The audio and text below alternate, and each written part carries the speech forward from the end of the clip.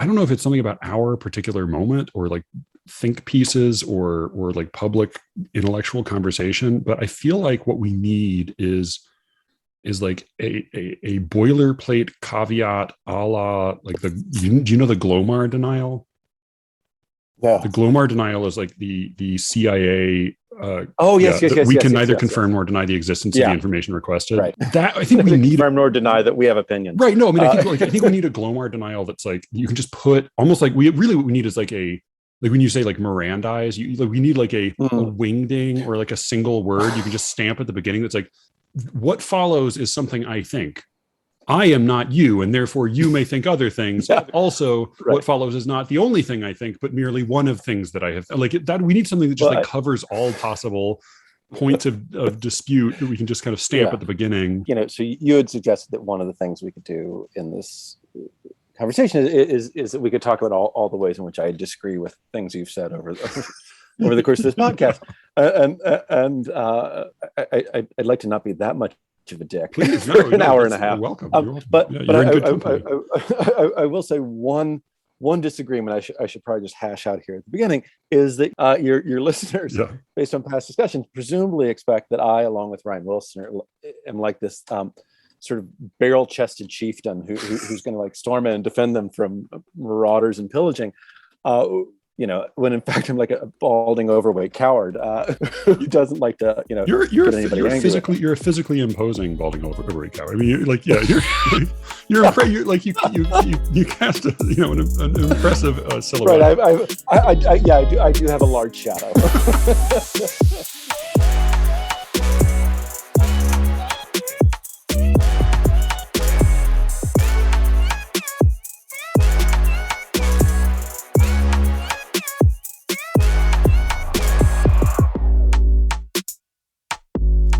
I'm Matthew Buckley Smith, and you're listening to SLEERICKETS.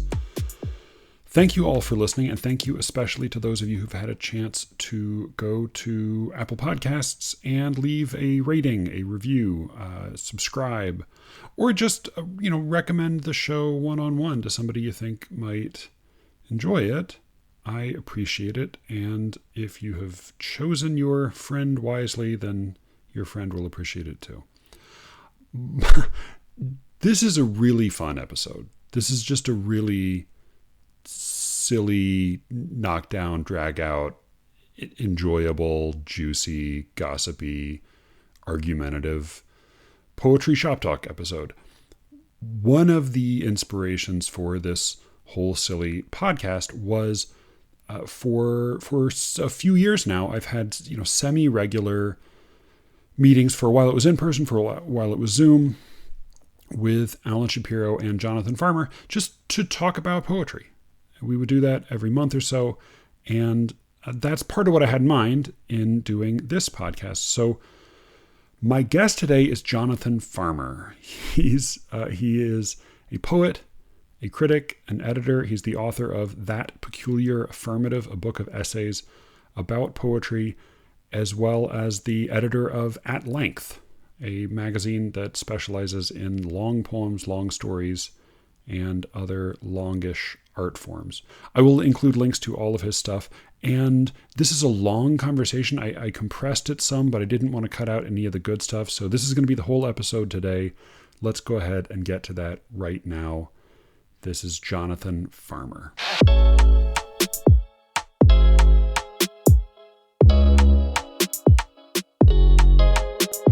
So you wrote an essay for The Millions called "The Way We Talk About Poetry is the Problem." This just came out a couple weeks ago. It's a really good essay, and I should say I read it and had a couple of small notes on it before you published it. But I think it is a good essay, although there are some, I think, perennial points of small disagreement between us. I think this article is part of an evolving series in which I get angry enough at what seems to me to be a refusal to acknowledge something really obvious and throw my diatribe out into the world, kind of minus like the diatribe parts, and then it's like just a pebble going into the ocean and nothing happens. So even, I mean, it's all a pebble in the ocean. It's all ignored. Yeah. I mean, but let's go through a little bit, just sort of what your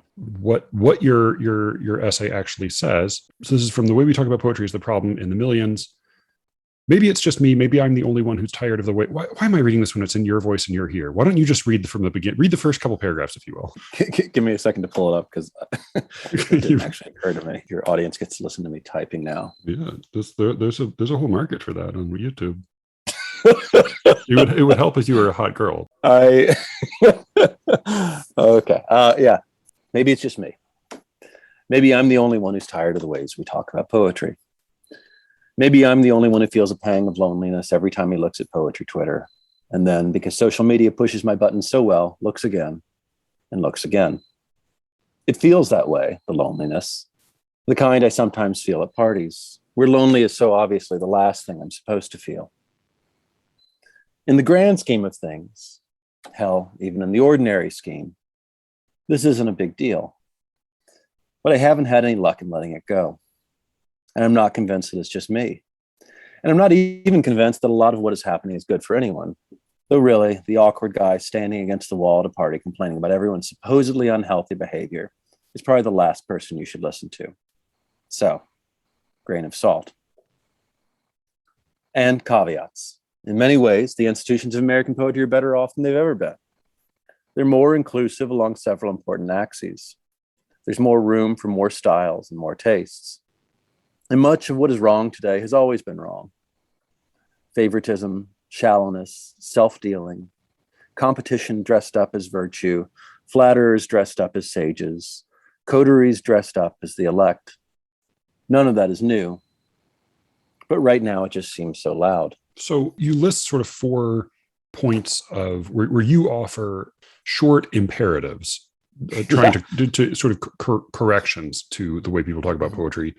Right now, these are, the first one is praise less. The way we praise now, as you would say, is it's sweeping, emphatic, all authority. If this poem doesn't make you cry, you have no heart.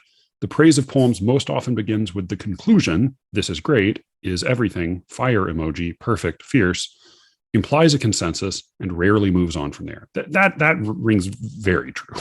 There's an entire economy, a literal economy now built on who loves the right things passionately enough, who is ardent enough. So I guess specifically, so part of what we're talking about is that conversations about poetry publicly tend to be exclusively laudatory or affirming. And then that's compounded by the ever churning attention measurement machine, which is our primary vehicle for communicating about right this stuff. And it makes a celebrity out of somebody like William Logan just because he's an asshole. And I know other people see him otherwise, but he mostly just performs cheap shots. He's not a particularly insightful reader, but people are just so relieved, I think, in some cases, to hear something that cuts against it. He's a salacious. I think it's not just that he's mean, he's salacious.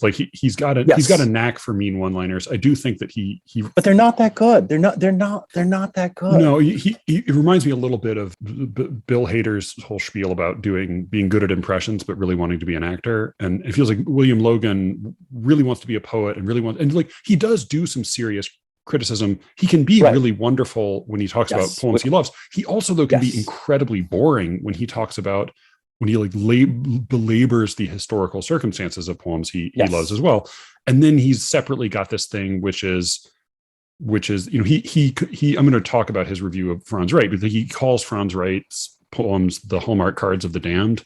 He's got a knack for a certain kind of really nasty one-liner, some of which are really ad hominem and really unfair, but that is just that you can go get that there twice a year makes people excited about it.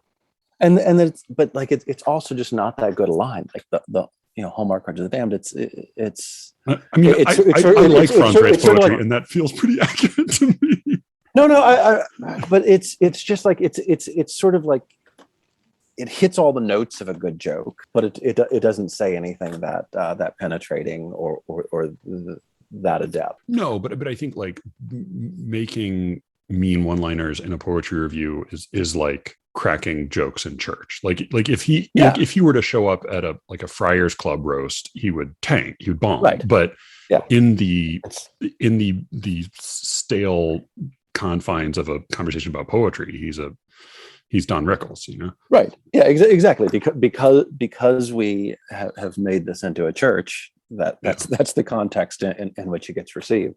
So you say something in this first section about praise that I caught on again when I was rereading it today. You say, try to describe the poems you admire in ways that allow a reader who doesn't see why someone else would experience them that way, even if your reader won't. Which is something I think we've talked about a number of times. It's come up on the podcast that there is a very difficult thing and a very worthwhile thing in criticism, which is simply once you have had a notable experience reading something, trying to convey that to the reader is worthwhile. To say, this is how one might experience it, and it's how I experience it. It's what seems to it has value for me, or has a strong, even in mathematical terms, an absolute value, whether I like it or not, and that's worth communicating, because maybe you'll have that experience too.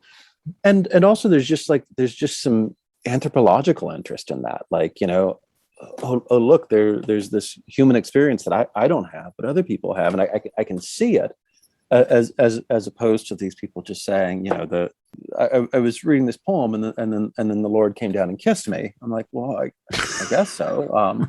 He didn't kiss me. There's nothing I can do with just I love this that you don't love. That's fine. You should love whatever you love, right? But it's a weird way to enter a discussion, and I'm super skeptical of a lot of those claims. Like I mean, I'm sure plenty of people do love things and then not bother to explain how they love them, but I also think lots of people stamp emojis on things that they don't really have any particular response to. I think this is a point where you and I disagree, in part because I just think I think the experience of meaning is just so deeply social for most people. That what brings you into the conversation, what grants you entry, like you do experience. Like I don't think we read poems in isolation. I was listening to your conversation with Joanna earlier, and talking about the avant-garde, and it seems to me with a lot of avant-garde art, you kind of have to experience it in the moment in which it's produced, because it does have this extraordinary moment within a social context of, like, people are doing this thing over and over and over again. And it's so tedious and so frustrating. And then somebody breaks that, and that's thrilling. But it's only thrilling if you've been hearing the tedium that precedes it for a long time.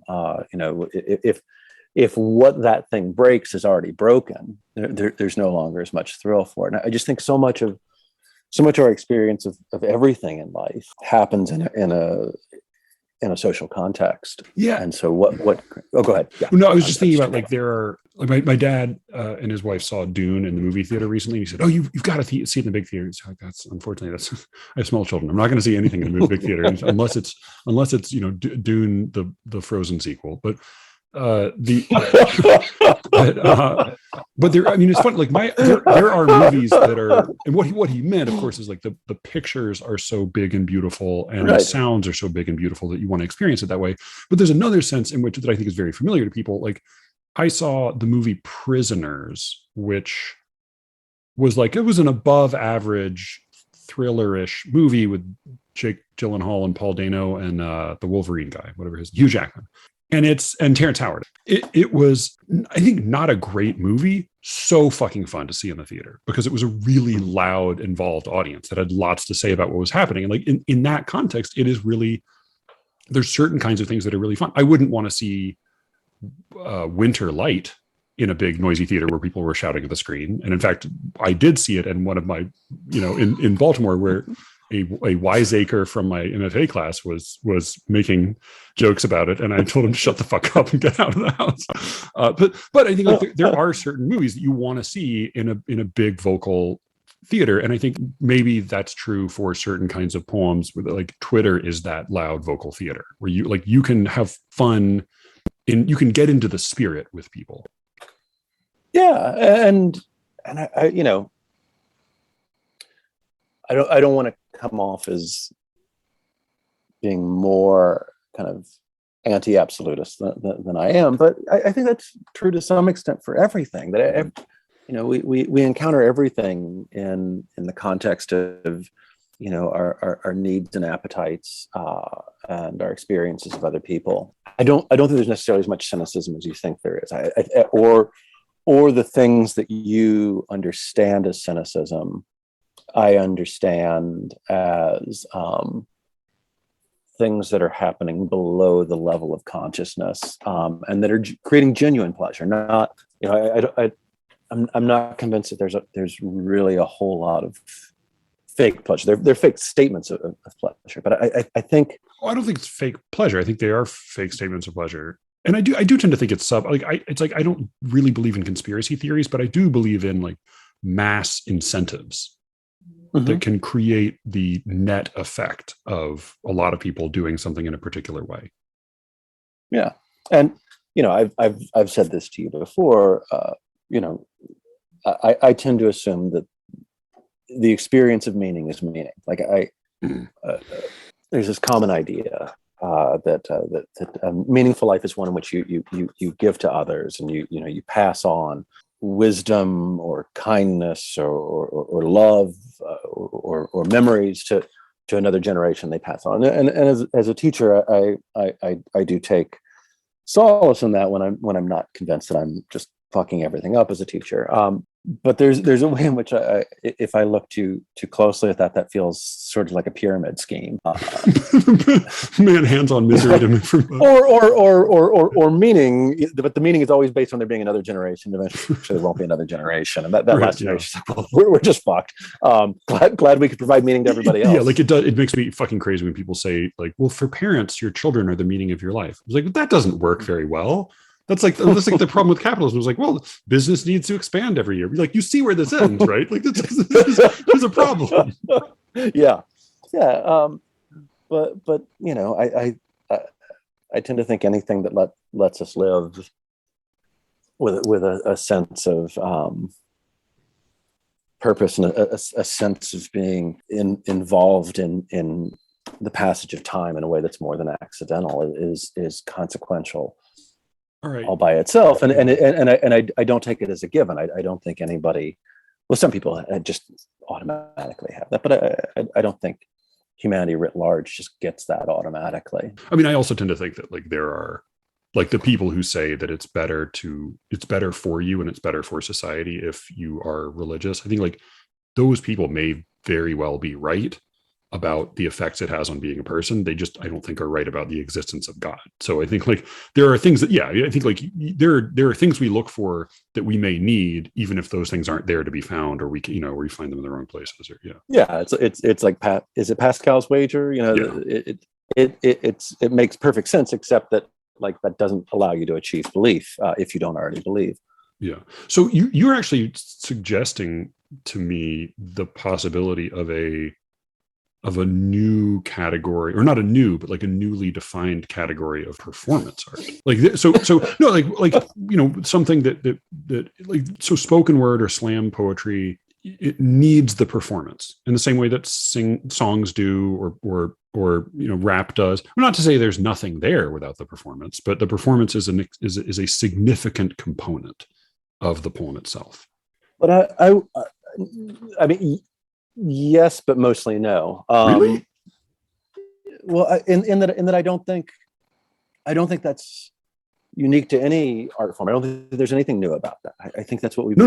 I don't think that's new at all. I'm not. I'm using that to introduce the new category. Okay, help me out. What's the new category? So I haven't gotten there yet. So yeah. So no. Here, I'm setting up like a comparison. So okay. So I'm here. Which is, you could say like, well, on a certain level, there's always you're always receiving it in some venue or some context, and there's always like, well, there's light in the room and there's words on the page, but like to some extent, there is a meaningful formal difference, not a difference in quality or ultimate value, but a formal difference between poetry that is the experience of which chiefly is conveyed through reading on the page or reading aloud by anybody's voice, and more or less anybody's voice, and poetry that sort of really does need this particular performer.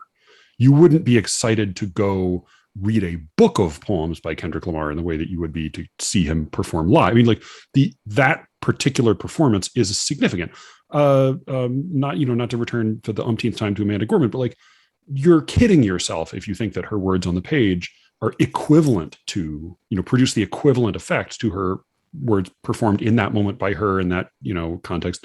So, I mean, I'm not even proposing this as my own suggestion. Like, spoken word poets will say, "Oh, but the performance is so important." That's fine. I'm not disputing that.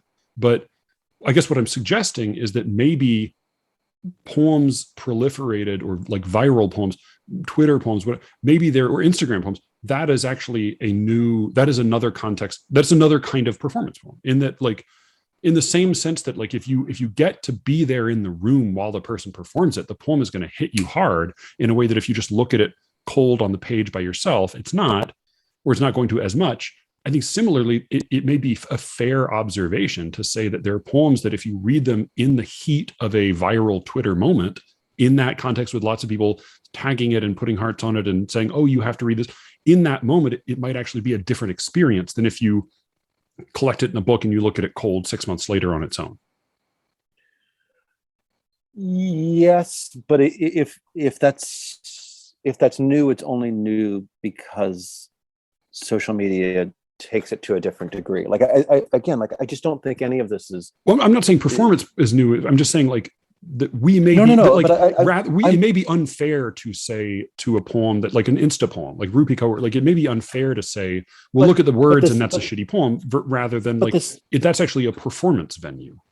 But the 16th century, English court, where they're passing around a poem by hand, is a version of that. The idea of value being not only defined but experienced based on our experience of others and our experience of what others tell us is valuable. I don't think that's new. I agree that we have new technologies that may have accelerated it to a degree that creates something new. But again, like, I don't think the viral poem on Twitter is different, except in degree, from the coterie poem of the 16th century that got passed on to the most courtiers. Sure. I guess whether it's intended or not, whether it's part of the design or not, I think what is true is that there are works of art that more or less depend on context and venue. There's some that, like, I think like, the ancient Greek statues were like painted lots of colors in a way that, like, honestly may not have been that great. I mean, maybe at the time in context it was sort of cool, but like, I'm kind of glad that the paint wore away and we just have the naked, white statues now.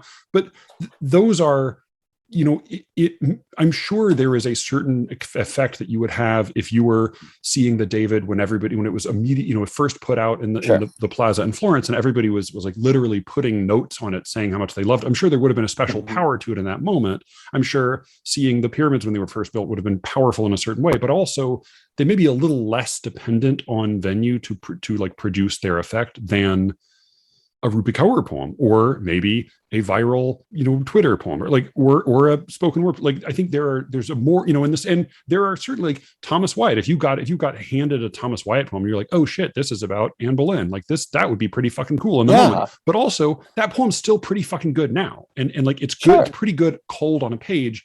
Whereas, like, certain kinds of poems are a little bit more like fucking McDonald's fries. Like, they're not as good the next day, like you need, and they're great in the moment. They're great in that context, but like, there is I think it may be a matter of degree, but, like, I think that's a meaningful distinction. I think it's a meaningful spectrum.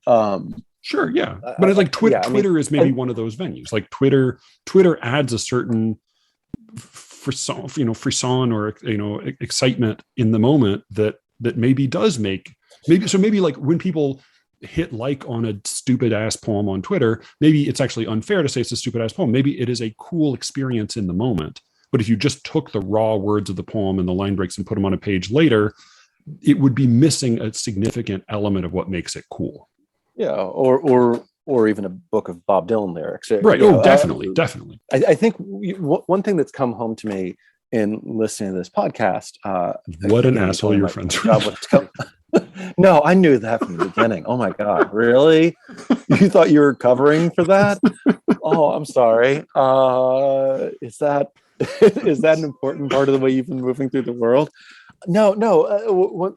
I think you're very interested in there's kind of the classic debate about dictionaries, whether they should be descriptive or prescriptive, and I think you're what a prick. I'm coming on your show. Please, come on. No, but like I think you lean much more towards a kind of prescriptive thing. You want to figure out the right use of language. You want to figure out where the proper boundaries of a word are. And I think I tend to default towards a more descriptive orientation. Yeah. That I just don't think there are bright, clear lines. And I think these things are fuzzy. And so I think I don't really, I buy what you're describing as a spectrum. I don't buy it as something we can turn into categories. I think we can say that different works of art participate in this at different moments to greater and lesser degrees.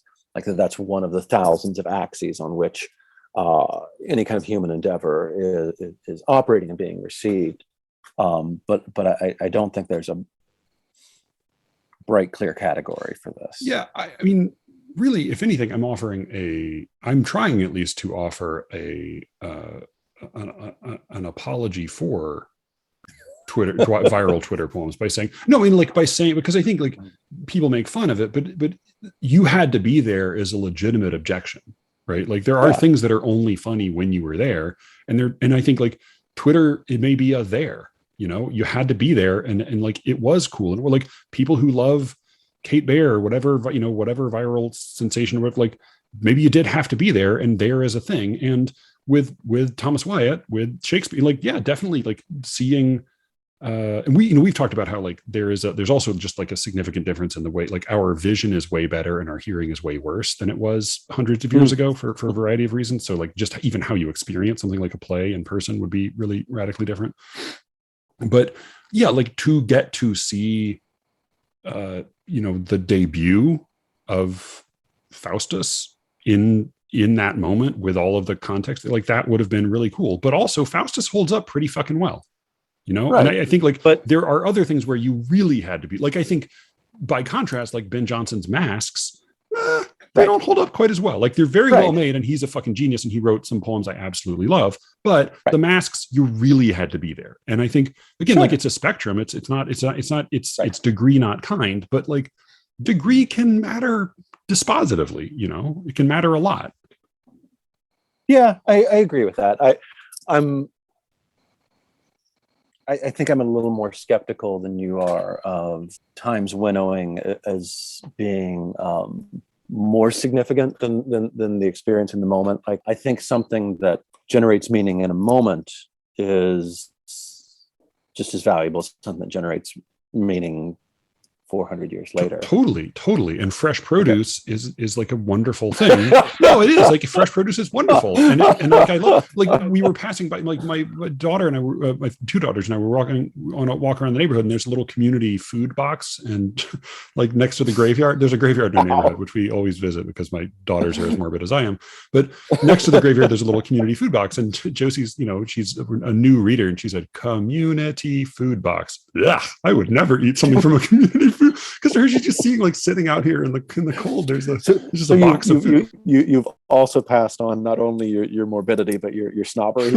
Well, I mean, I think what was putting her off was not the community part; it was the box, like just sitting out in the and so I had to introduce like, oh well, you realize you don't realize because you just eat food people put in front of you. Like some food is perishable, and but like the truth is, of course, all food is perishable, but some is perishable enough that you categorize it as perishable. And I think like that may be true of art as well. In the same way, like I totally love, like I love, in the moment, good sketch comedy, and that doesn't age very well, but it absolutely has value. I just think that there are it's funny you bring up the prescriptive and descriptive distinction.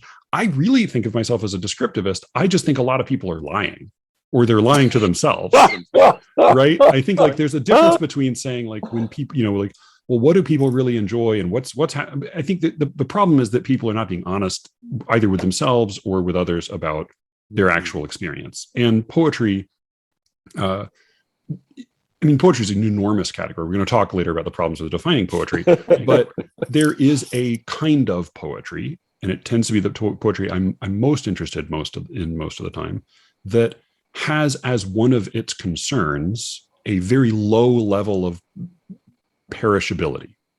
Like endurance is one of the virtues that a certain kind of poetry tends to invest in, and I find it to be a very interesting and rich challenge, whether or not people live up to it, and to whatever degree to which people live up to it. So, sorry, go ahead. How do you invest in that? Like, I'm.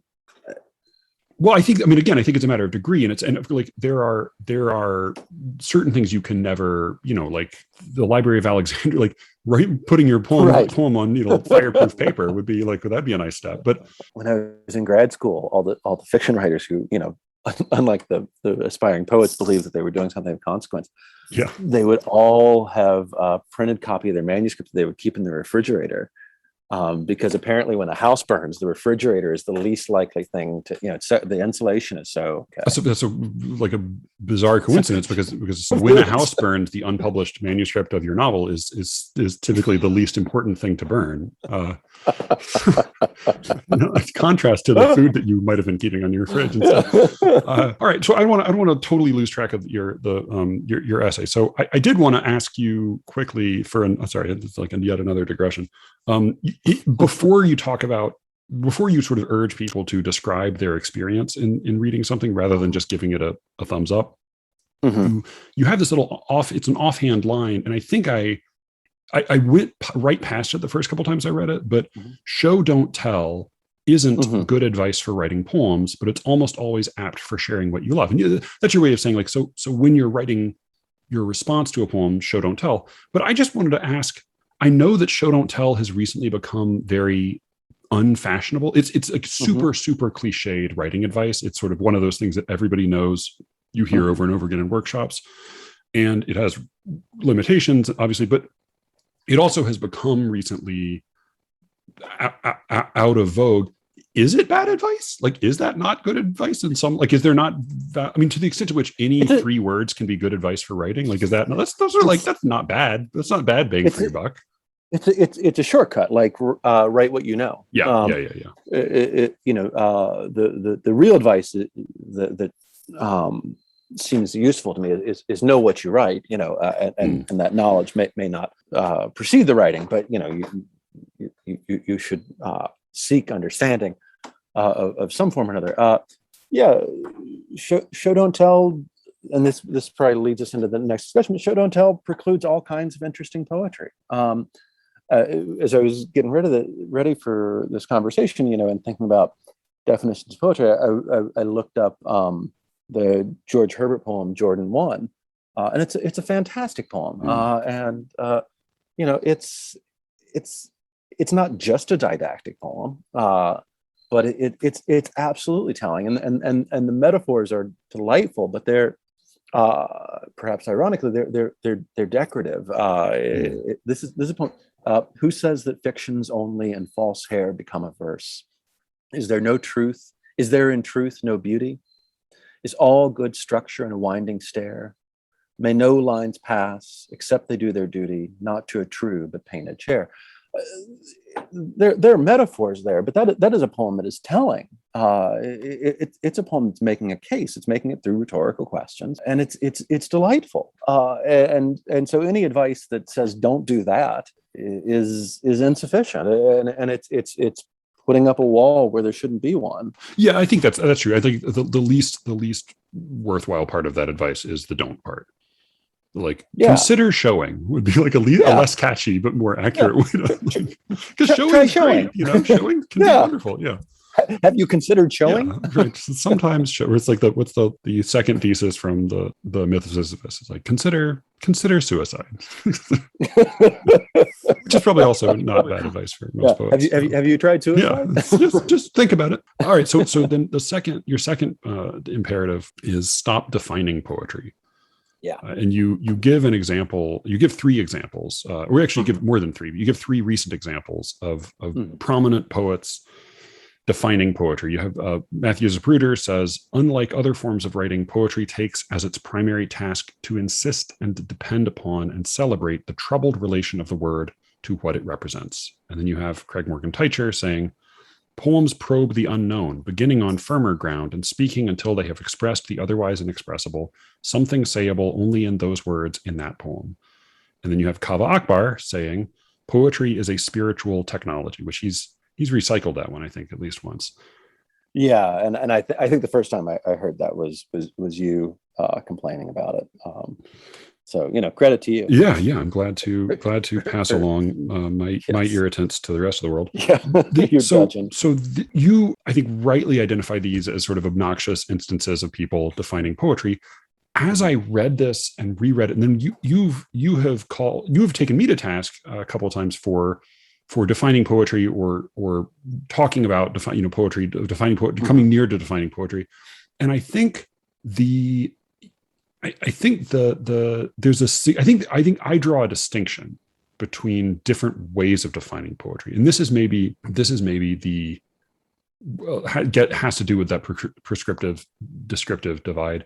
Like on the descriptive level, when it comes to like what people are actually going to say and call poetry, I think it's nonsensical to say they ought to say this. They ought to say, I think people are going to call poetry what they're going to call poetry. And that's going to be more and less accurate and more and less inclusive. And people are going to I have no interest in saying like across the board, people ought to be saying this is poetry and they ought not to be saying that's poetry. That's a nonsensical exercise. What I do think can be useful though, in the same way that Socrates will say things like, hey, so what do you think? What do you think is justice? And then you ruin everyone's day. I like to ruin everyone's day occasionally by saying like, well, it seems like there's this thing that's in some, maybe it's not in all poems, but like there's a thing worth sniffing out here that feels like it has to do with what is poetry. Now, I don't ever feel like I want to conclude that by saying, and therefore you should never use the word poetry in this context. You should only use it in this context. But I do think it can be a worthwhile exercise for kind of working out a way to think about poetry that can be valuable. Like to me, that is a useful exercise. That's very different from what these guys are doing. What I think these guys are doing, the poetry takes as its primary task to insist and depend upon and celebrate the troubled relation of the word that it represents. Poems probe the unknown. Poetry is a spiritual technology. I think Matthew Zapruder and Craig Morgan Teicher and Kaveh Akbar, when they're saying this, are effectively Paul Giamatti in Sideways defining Pinot Noir. I think they are actually describing themselves. I think that's what they're mystifying in order to create a mystique for themselves. I don't think that what they're doing actually has anything to do with helping anyone think in a new way about poetry. Yeah. I'm just seeing in your expression, like you're realizing how much trouble you're getting into by coming on this podcast. Well, yeah. Well, no, I knew that going in. What I'm processing now is, among other things, the fact that I actually know a little bit a couple of these people, and they've been lovely to me, and so there's that layer as well. But I do at the same time find this infuriating, and I don't actually think this is unique to these three. I picked these three because I've seen them in prominent places, and because these are people who are influential in various ways, and they're people who are worth disagreeing with in a sense. But it just again, like the through line for me about in all this is humility, or at least my cudgel is humility. I'm going to beat you over the head with the fact that you're insufficiently humble. So I'm going to humbly concuss you. But one of the things in the Zapruder book, so I don't know Zapruder, so I'll be a jerk to him. But it's also the book that I find most frustrating among these. I read these definitions and they proliferate throughout the book, and then he'll give examples of poems. that to me in no way seem to substantiate his definition. Like he quotes from Leaves of Grass at great length, and I'm like, how you really think this person is not trying to make a case about the world and like, you know, at least as invested in the case about the world that they're making as they are in, you know, whatever troubling the language, which is just such a contemporary idea anyways. I mean, but so they're fantastic. Some of these definitions are just fantastically ahistorical. And just to clarify, because I think the Mike lost it, you were saying they're fantastically ahistorical. Ahistorical, yeah. You know, and so I wish everybody who wanted to propagate one of these definitions would say, okay, so here are these poems that don't seem to accord with my definition, and I don't think they're poems for this reason, or you know, I do think they're poems, but I think we're misreading them. And you know, I mean, in some of these cases, the poets say very explicitly what they think they're doing.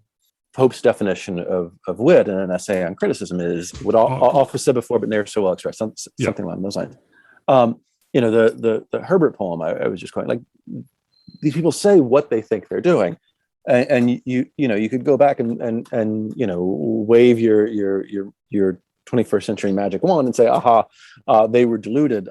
It wasn't until the advent of modernism that we came to understand what these people were actually doing.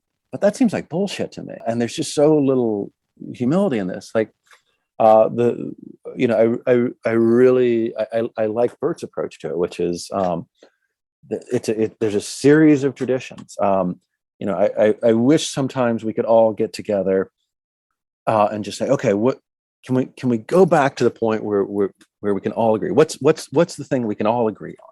You know, can we wind this back far? You know, like do this kind of Descartes kind of thing. Where is there some kind of basic truth that we can agree on? That's and then we'll build. Yeah, C.S. Lewis. I mean, that's what he means when he says mere Christianity. Is he means the Christianity that all Christians agree on, like the simplest version. That's where the title comes from. Is he saying? Yeah. So is mere poetry as a possibility. Yeah, I mean, I tend to think that there are probably like three ways of defining poetry that maybe have some use. One being purely descriptive, just like how do people use the word poetry. Another being kind of historical or etymological, like, well, here's where the word comes from. Here's how it came to be used to, you know, describe these things. And again, the third, I think, is a sort of a thought experiment, an exercise. And like, maybe that's a difference. Like, I find that more useful than you do. But part of my question for these three guys would be, so why are you defining poetry? Like, not even like, is your definition good? Like, what are you bothering to do here? And it seems to me, again, like what they are bothering to do is to put on a cape and throw a smoke bomb. You know, I think like that's really what they're doing. Mm-hmm. Yeah, it feels in every case like they're flattering their audience. Maybe not consciously, but they're flattering their audience. I think they're also deliberately creating an air of importance about themselves, because I think plenty of the people to the extent to which these are texts for beginners or amateurs, like I think there's a mixed or for NPR interviews on, you know, these are definitions that are meant to make people who don't really encounter poetry much but have a kind of an open mind say like, wow, that guy sounds really smart.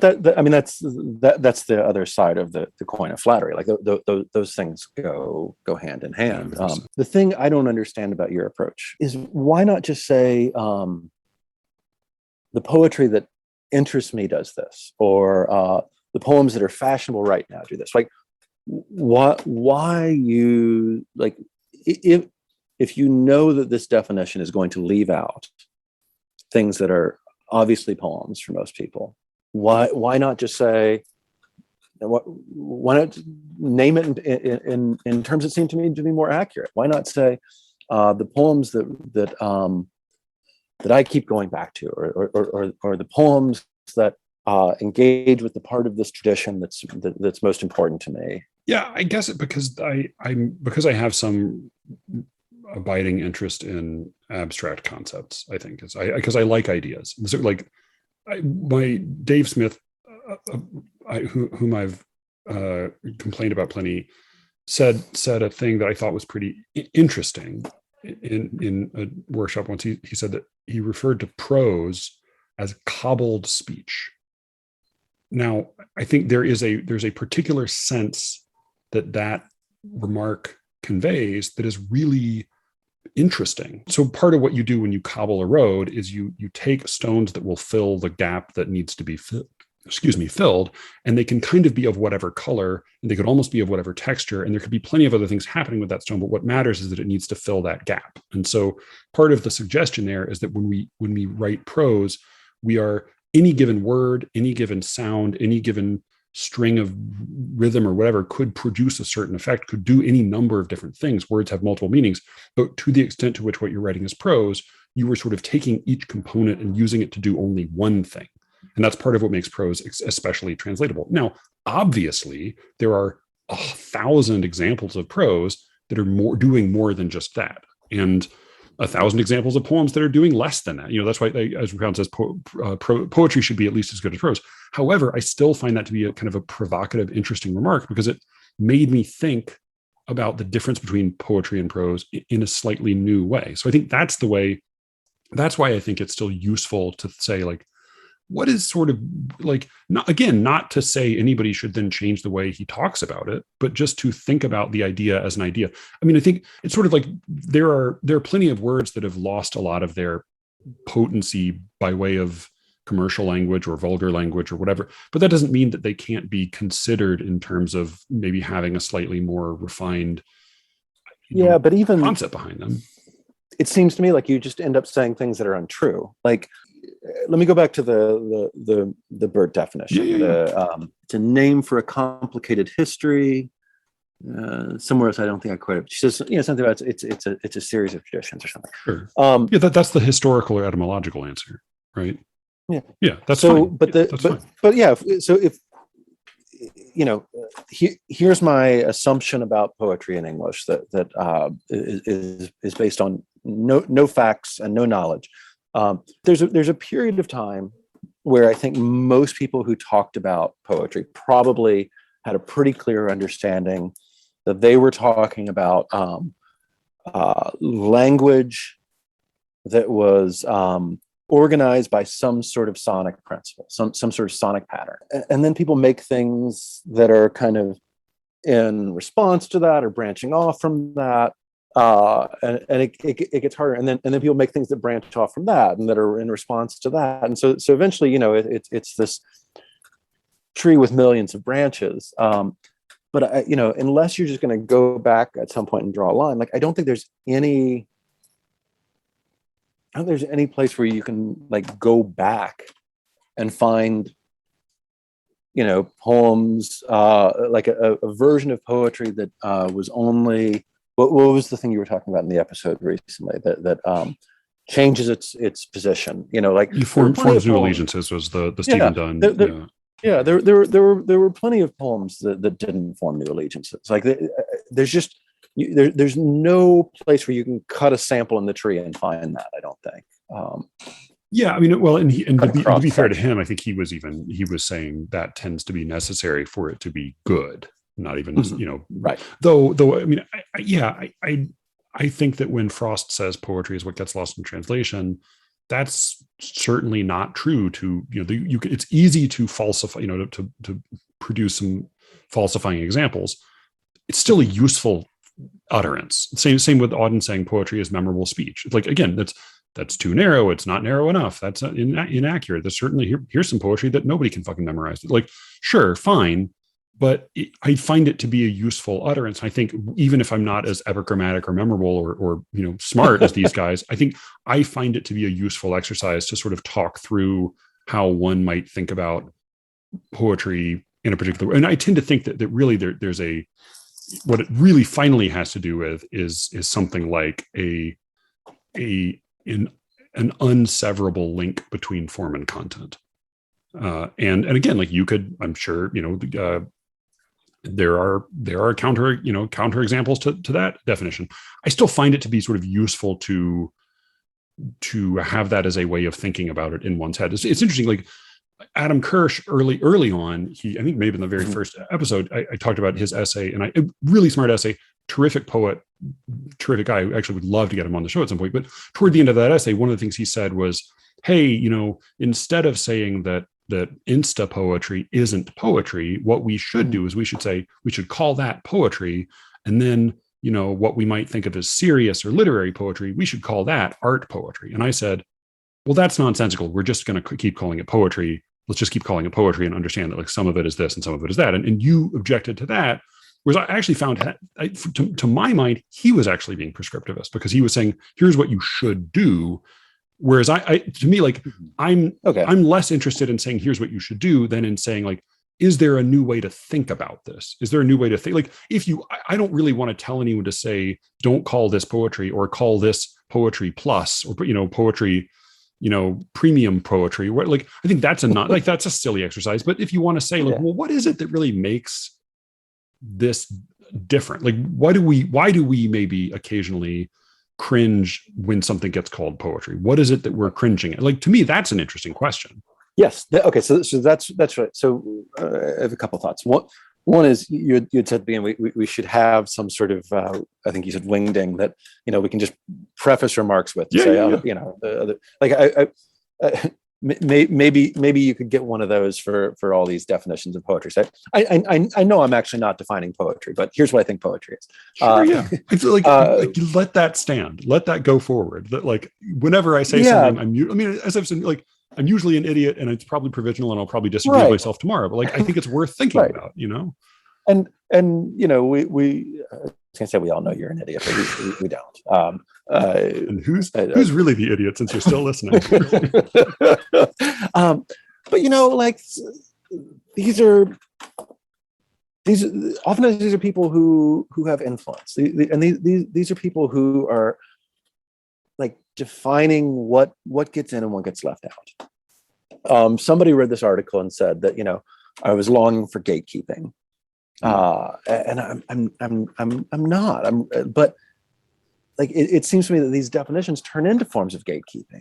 Part of the pleasure of writing for me, and part of the pleasure sometimes of reading as well, is the opportunity to get things right, to combine a sense of what for me, based on my pulse and my experiences, feels right sonically, with what feels right in terms of a statement about the world, to combine these different kinds of rightness, to bring those together. And it irks me to have somebody say, well, it's not really what poetry is. I read many years ago an interview with Robert Pinsky where he talked about, for him, one of the things that poets should do, and I don't even like that as a category, but the people who write poetry should try and find things that people assume aren't poetic and make poems out of them. Maybe I like that idea,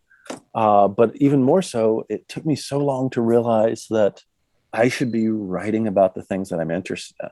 Oh yeah, that definitely took me a long time to figure out. Yeah, but why not just tell everybody, hey, here's this thing that poems can do that I like, or that's interesting to me, but that's not what all poems do. There are all kinds of other things that are poems too. It just seems like a truer statement to me.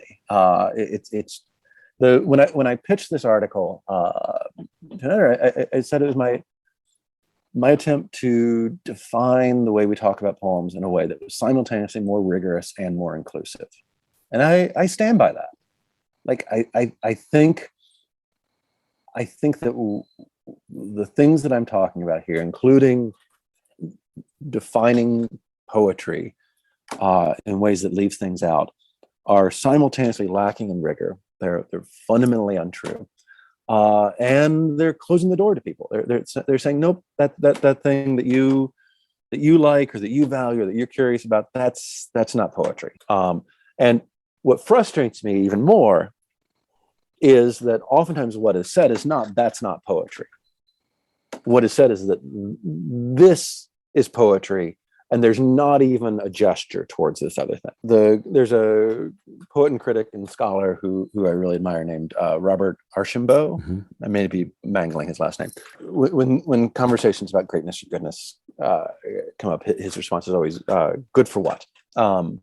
And so I think if what we're saying, I think there's, in the most rigorous conversation about quality, there need to be a couple of steps, and I think you've said something that's fact. One is, what is this thing trying to do, and then how well does it do the thing that it's trying to do? Yeah. But I think if you can accurately articulate what the poem is supposedly doing, and make a strong case that it's not doing that, or that what it's supposedly doing doesn't do good in the way that it says it does, I think that's useful. And I still don't see the value of defining poetry in a way that leaves out poems. I don't see any reason not to just be more accurate, not to just say the poems that interest me, or the poems that are fashionable today, or the poems of the avant-garde, the poems of the pseudo-avant-garde. Why not just add 3 more words? Yeah, sure. I mean, I think sometimes because it's more memorable. I mean, I think that that there are a lot of maxims and adages that are but why be memorably wrong?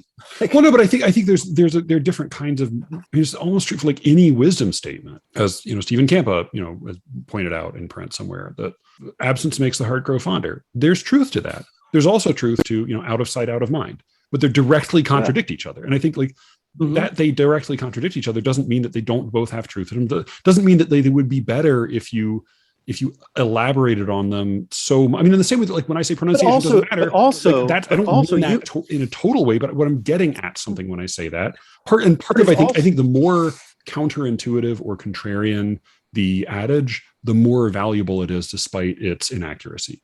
Because it is, none of these definitions of poetry are counterintuitive or contrarian, and there's a very good reason you, as a person who cares about ideas, is not going to stitch absence makes the heart grow fonder on any of your throw pillows. It's not just because you don't like crocheted throw pillows. It's because it bugs you that it's oversimplified. No. Actually, it doesn't bug me that it's oversimplified. Oh. I just don't need to stitch it onto a pillow because I haven't forgotten. I'm not going to forget it. It's not especially important to me. And you have enough crocheted throw pillows. As it is. God, yeah, that's a whole other question. There's a Philip Dick has this theory of kipple, which is just like useless stuff that just sort of he has like a physical law that it quietly accumulates in any open space. And I think when you have kids, you definitely do, just kipple proliferates in your house, and you're like, where the fuck, whoever wanted this thing? But so I think and we can move on after this, because I think there's a certain point at which we will probably just disagree, but I think part of what was helpful to me in hearing some arguments about what is poetry when I was, say, in college, was that there was at the university I was at, a prevailing sense of poetry, a prevailing style of poetry, the implicit goal of which effectively was basically to confuse the reader. And I think that's, so there's a point at which I think it's hard to say this is good and this is bad without also saying, well, this isn't bad because it's trying to do something and failing. It's bad because what it's trying to do sucks. And that's not really a worthwhile thing to do. Right. And you can call it poetry, but at a certain point, it's just poetry because somebody is, in the same way that you could argue that there are people who called, mob violence justice. And you say, well, right, they are calling it justice, so I guess we can't say it's not justice. I'm like, well, no, I mean, I don't know. It's worth at least having that argument. But, yeah, that seems like a false equivalency to me. It is a false equivalency, partly because one involves people's lives and one involves fucking poetry, which doesn't matter anyway. Yeah, but also poetry is a genre and justice is an end. I don't know. I think Aristotle would say poetry is an end. Fuck Aristotle. I think you have a last thought on definition, so we can finally get to the rest of your essay. Yeah, or fuck my essay. I think a lot about you talking about being a good host, and not on this podcast. One of the yes. Shut up, man. There was a book I read many years ago by a writer named Sarah Vaff, and she talked about artistic experiences as being analogous to sex, and she was kind of trying to discard some of the sort of limited ways that or at least she imagined people talk about art, and she said, like some people like rough sex, like there needs to be like, because there used to be this idea. I think it's completely gone now, that like a work of art should never do anything to you or, try and affect you or direct you in any way, because that would be totalitarian. No, that's nonsense. Right. Yeah. And like the fact is, like, all these different kinds of sex can be consensual. Right. And the, engagement with a work of art is almost inherently consensual. Right. You can always put down the book. I am a little bit fascinated, a little frustrated by these ideologies of art that are based on disruption or whatever it may be. Yeah. They seem to me to imagine an audience that is in need of some sort of useful harm, right? That the goal of art is to take away this certainty from the reader. And there's something there that does feel deeply condescending to me. And what it suggests to me is that, in fact, the person who's going to read this is not the person who is going to be disrupted by it, but another person who also believes other people need to be disrupted by it. And so, the writer and the reader are going to come together on the page to kind of scoff at this other person who didn't know and has now been disrupted by this text that they're never going to read. Yeah. And so that's one of those places where assumptions about artistic goods, about artistic ends, really just seem to fall flat to me. Yeah. And seem unethical. Yeah. Do you want me to get us in real trouble now? How about you just get you in real trouble? I'll go to the bathroom. I'll check in with the cat. Our disclaimer wingding here that Jonathan doesn't sign on to anything. I mean, I think like the very, very dumb and simple explanation for a lot of that, and obviously this there are examples that precede this, but I think like at a certain point, mid-late 20th century, a whole lot of academics really got wise to Marxism and came to, like, Marx makes a very compelling argument that the way we deal with work is alienating, that capitalism is terminal, and that there are these horrifying inequalities baked into the system. And if you could change that, and maybe you can, maybe you can't, you really ought to. And then a whole lofty academic. Right. Well, and then a lot of fucking academics said, oh, well, I get that there's a problem, but instead of trying to change it, why don't we just pretend that you can change it by writing critical papers? And so they ruined Marxism and ruined criticism by doing neither. Yeah. No, I'm so much fonder of Marxism than I am of Marxist criticism. Yeah. I have this tangent. But I think a lot of that, like disrupting and like dismantling, I think that's a lot of that. It's like pretending that poems and poetry criticism can save the poor. I think it's bullshit. Yes and then no. I teach with a woman whose husband does custodial work at UNC Chapel Hill, and according to him, academics are, as not all of them. Some of them are lovely, but many of them are as unwilling to live out their values as you would expect. Like just as most Christians, as most anybody. Yeah, professors treat them like shit. Yeah. I totally believe that. While arguing about all these things. But no, I sorry, I know you keep wanting to move on. No, I keep miring us. Instead, I disagree with you a little bit about the potential for poems to create political outcomes. And I think maybe this goes back a little bit to definitions of poems. I think in different contexts at different times, poems have had political impact. And I think, someone with Rupi Kaur's audience could, shape opinions more than, political change in political opinions is incredibly difficult. So I'm not saying that, like, an Instagram poet could suddenly make, I don't know, Medicare for all into something that has like 85% approval. Right. But I do think there is that there can be and there sometimes is such a thing as popular poetry. And that it can have substantial political effects. And I think there have even been times in America where poems have been politically efficacious. And I think there are other political ends that political poems can serve beyond just changing mass opinion. They can be sustaining for people who are marginalized. They can do meaningful work in the world. I would never say that poetry can't change people's minds. I think that there's a moment in the Stephen King book, The Gunslinger, where there's this important duel, and you can choose you can choose any weapon you want except a gun. And the old man in the fight chooses a cudgel, this big club, and then the young man chooses a hawk. It's obviously an unusual choice, and he gets some of the shit kicked out of him with the cudgel, but he also ends up winning. He sicks the hawk of the old man, and he wins the fight. I think maybe Rupi Kaur gets us Medicare for all. If so, like, hats off, like, great. I'm not going to say that poetry can't have a popular effect in that way, but if you set out to say, you know what really needs to change our socioeconomic system, you know what I'm going to choose as my weapon? Literary criticism. Then fuck you. Yeah. That's useless. That's meaningless. Like, what a stupid choice. Like, I mean, again, like, if a politician that was like said that there were these big problems, like, if like people who like Bernie Sanders, if Bernie Sanders had said, like, we need to change the world, so I'm going to write literary criticism, people would say, you fucking piece of shit. Get the fuck out of here, which they said anyway, but for different reasons. I think that maybe it can happen, but if you set out to do that, then you're lying to yourself. Depending on the context, depending on the moment, depending on the context. Or you're an idiot.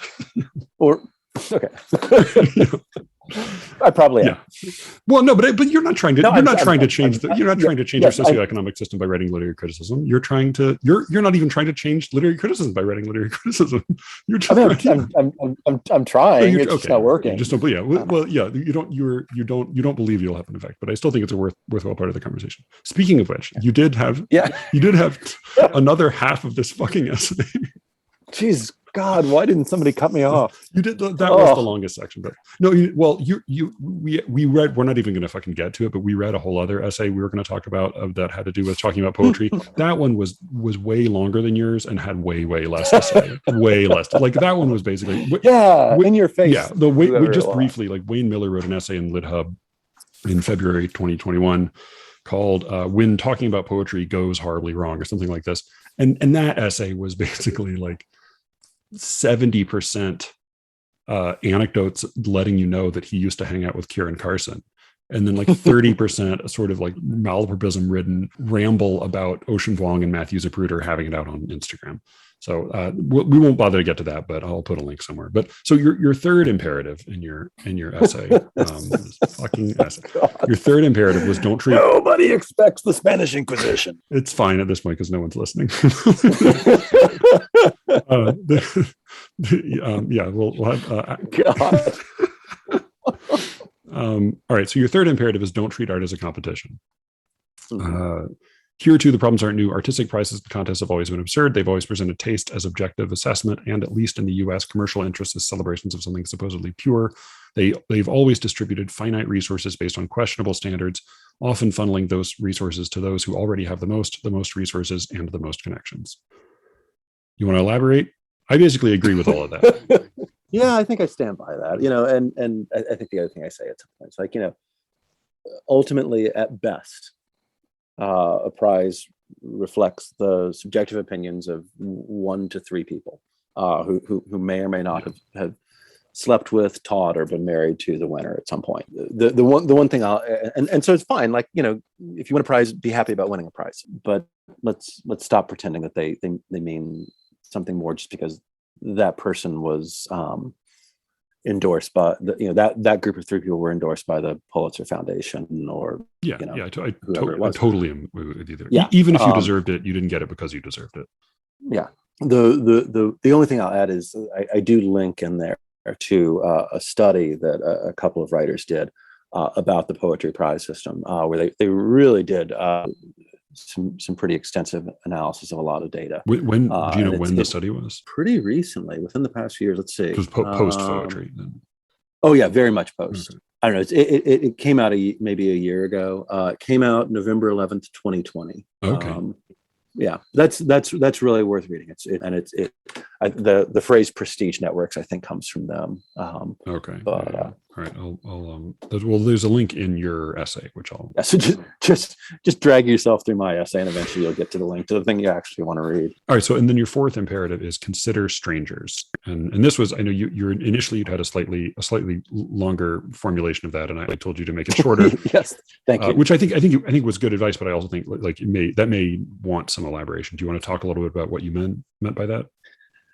Yeah, I mean it's another statement of the obvious, really. Just, social media is going to commodify our relationships in all kinds of complicated ways. But we, if we're on there sharing poems, we should try and share more things from people who not only we don't know, but who can't do anything for us. I made the suggestion that, that it would be nice to have you could have a day out of the month. Sorry, I lost your audio for a second. Oh, you could have a day out of the month. Would you start that sentence again? Yeah, where everybody on Twitter or Facebook or whatever it is just agrees to share a poem with some sort of hashtag by someone who they don't know, who can't advance their career in any way, and who has no real power or authority. And you can do a dead person or a living person, but it might just make us all more cynical, because then the other 30 days we just be more obviously not doing that. Yeah, I just wish we could be a little more humble and a little more honest about what we're doing and what we're saying. Yeah, and to bring it back to that conversation about the meaning, the experience of meaning, and honest pleasure, and the seeing the movie in the crowded theater. I think that's also not a bad. It's not perfect, but that's not a bad test for whether you genuinely enjoyed something. Like if you can't tag the person, if it's a dead person, if it's somebody who like you can't hashtag or tag it in any meaningful way other than just to say, here's this poem, then maybe like odds are you actually enjoyed it. Like if suddenly you lose all urgency to post it when you realize that the person who wrote it or the person you're tagging can't in any way help you, then maybe your pleasure is a little maybe there's a little more bad faith there. I believe that more things happen in bad faith than you do. In part because I don't think we actually know ourselves very well, and I think we're just so complicated. Now when somebody does something that impacts me or hurts, like all of that goes out the window. All malice, no incompetence. Oh yeah, absolutely. But otherwise, yeah, I think we're interesting messes. Yeah, but I don't know. I think like denial is so seldom like a perfectly conscious equation. Like there's so often there's a sense, like it's not like when you're in denial, it doesn't mean that you like also carry around the conscious recognition of your denial. There's a little bit of a, but I think like that's still denial. Like that still can be denial. It can still be bad. Like you can act in bad faith without necessarily knowing that you're doing so. But like there are hints, there are indications. Like there maybe part of that is a tug at your conscience. Maybe part of it is there's a facial expression. I feel like I grew, especially like growing up. There's a certain facial expression. I remember, not even facial expression, like a fixed tension around the eyes that I remember like clocking in a lot of the parents who went to, like the parents of kids at my school. And I really know, like later I was like, oh, that's denial face. You're just like, you're walking around with this sort of standing denial. And I think a lot of poetry takes place with a firm denial face in place. I'm just going through your list of you sent me a good list of some things that you have disagreed with that I've said. At your invitation. Yeah. No, but I think it's great. Jonathan from the beginning has been sending me emails disagreeing with my episodes as they've come out or as he's listened to them. So sometimes just strings of epithets. So I'll run through what I've got here in like the lightning round. Yeah, and we'll see.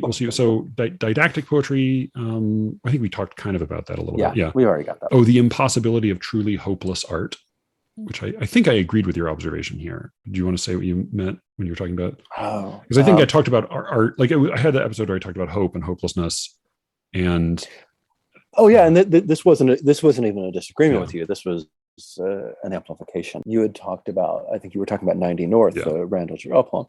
And I, there's an essay that I read many years ago by Seamus Heaney, who's a wonderful critic, but kind of taking Larkin to task and making the argument that Larkin was an inferior poet to Yeats, which may or may not be true. For a variety of reasons, yeah. But his reasoning was that Larkin gives into despair where Yeats doesn't. And he really went, as I remembered, he really went after Abad. What was interesting to me is I don't like.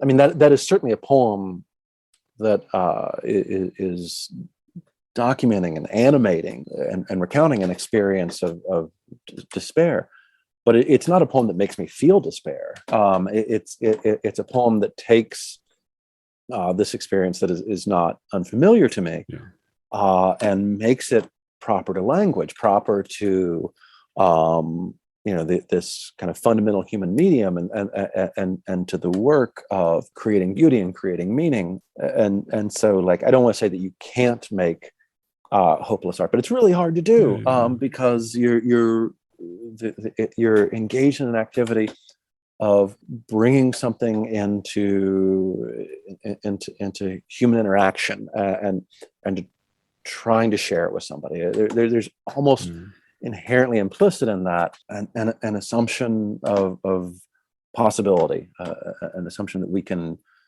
meet, and we can share, and we can have things in common.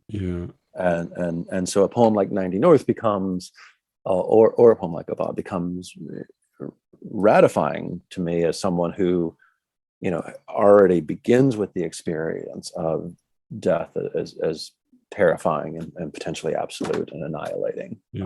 I think you're right that, like, part of what makes it difficult, if not impossible, to make truly hopeless art is that there's the art that exists that you made despite whatever feelings may have inspired it. And I do find that, like, when that is ultimately the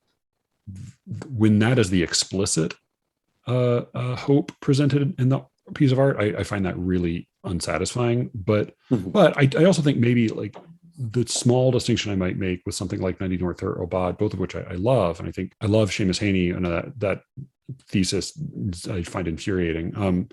But part of what I think they offer that I find so valuable in them is not exactly hope, but is consolation. I think maybe distinguish between those two things. And it's not, both are good. There's goodness in them, and there's like kindness and care, but it's not so much that, like, here's this problem and then don't worry, there'll be something good despite it, or it'll get better. It's like, well, it won't get better, but I too know this. And, like, I have articulated this thing that you also feel in a way that makes you feel less alone. And yeah, I agree. But that also in the meantime, it's still worth making something. It's still worth intervening in the world. It's still worth. So, like, is purpose inextricably tied to hope? Maybe so. Yeah, and it may be a very short-term hope. But I think I basically. It's not suicide. Right. Don't kill yourself yet. You talked about the true self. I think you said I talked about the true self, and I had no memory of doing that. And then you made a description of what you sort of believed in lieu of the true self, and I thought, that sounded pretty right. Yeah, I don't know what I have no memory of talking about the true self. I'm sure I did. I think it was, weirdly enough, you were talking about the Colson Whitehead zombie book, maybe. Or maybe it was Nickel Boys or one of them. Anyways. So if I meant true self, I probably mean mostly in terms of, like, distinguishing between, like, layers of denial. Like, there may not be any true self in some ultimate abiding way, but I think there are less false self. Like, there are lies you tell about yourself, and then there's what's underneath that lie, which may also have layers to it. But do you know are you at all familiar with D.W. Winnicott? No. Oh, he's fantastic. He was a psychoanalyst. I think he was in that generation after Freud, I'm pretty sure. But he's very, if I say this once again, as someone who has no idea what he's talking about, my sense is that he's really an outlier, and that he seems to me to be much more interested in health. There's so much interest in illness, and he's really interested in health. I think he's most famous maybe for the idea of the good enough mother. Okay, yeah, I know that. But yeah, he has this idea that comes up in Maggie Nelson's Argonauts, and that she uses, I think, to really interesting effects of everything being kind of harmonized. I can't remember.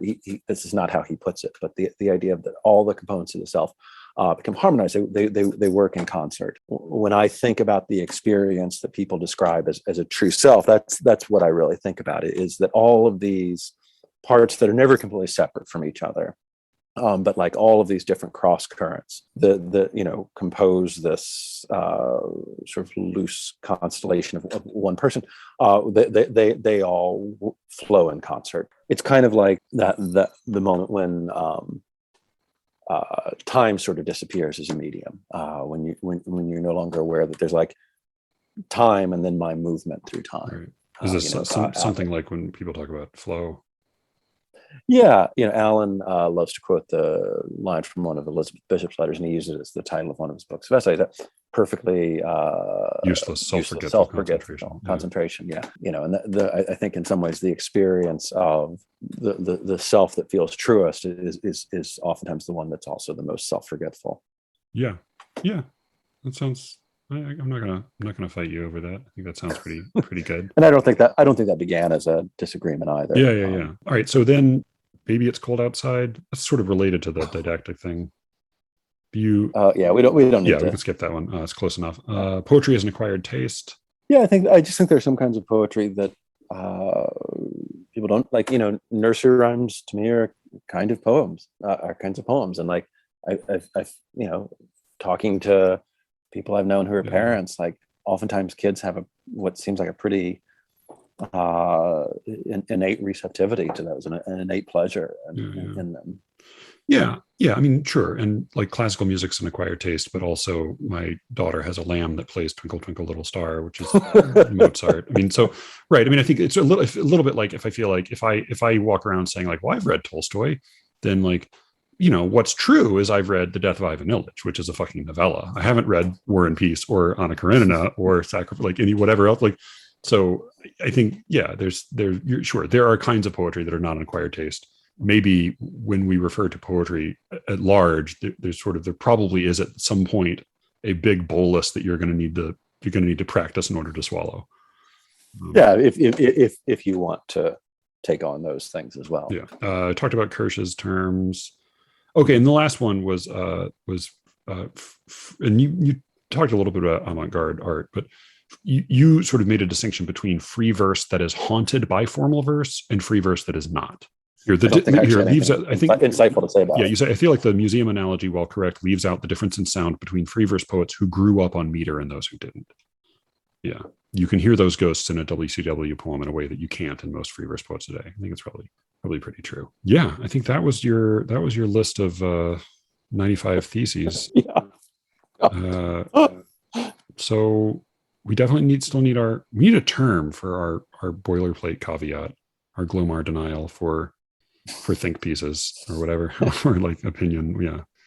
Need to figure out how to refer to we need a Mirandizing term for that. But I think we did at least a shitty version of covering most of what we set out to cover. So we maximized our potential. Yeah. Any fights you want to pick with any other guests or things that have stuck in your craw? You parting shots? And I loved the Brian Platzer conversations, except for the one I haven't listened to yet. That one I have mixed feelings about. That was terrible. Skip it.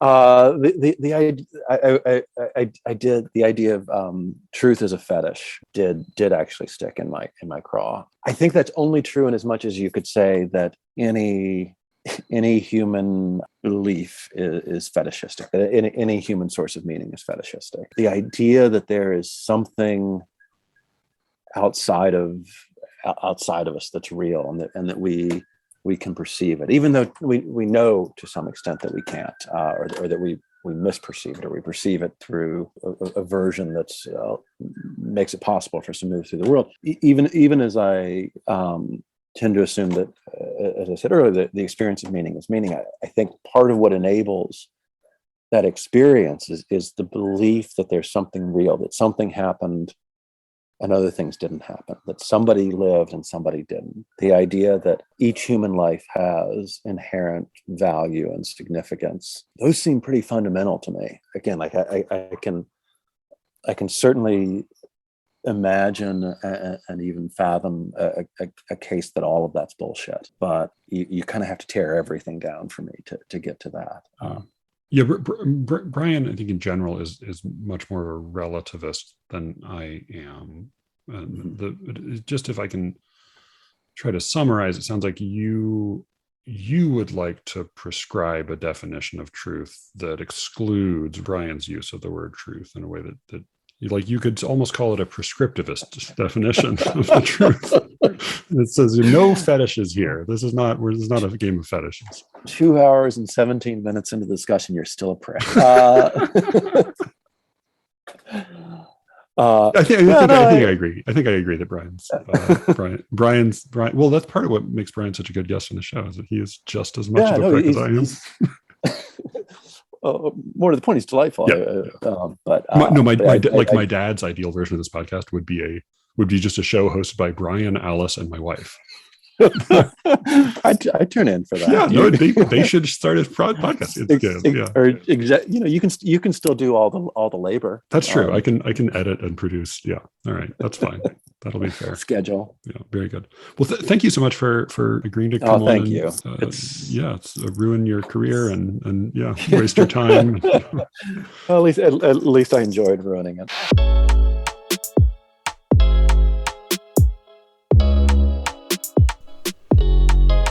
That was my conversation with Jonathan Farmer. Again, he is the author of That Peculiar Affirmative and the editor of At Length. I will include links in the show notes. Thank you all so much for listening. I know this was a long one this week, but I hope you enjoyed it as much as I enjoyed recording it, as you could probably tell. You can reach me, as always, at SLEERICKETS@gmail.com. And with any luck, I will be speaking to you again very soon. Until then.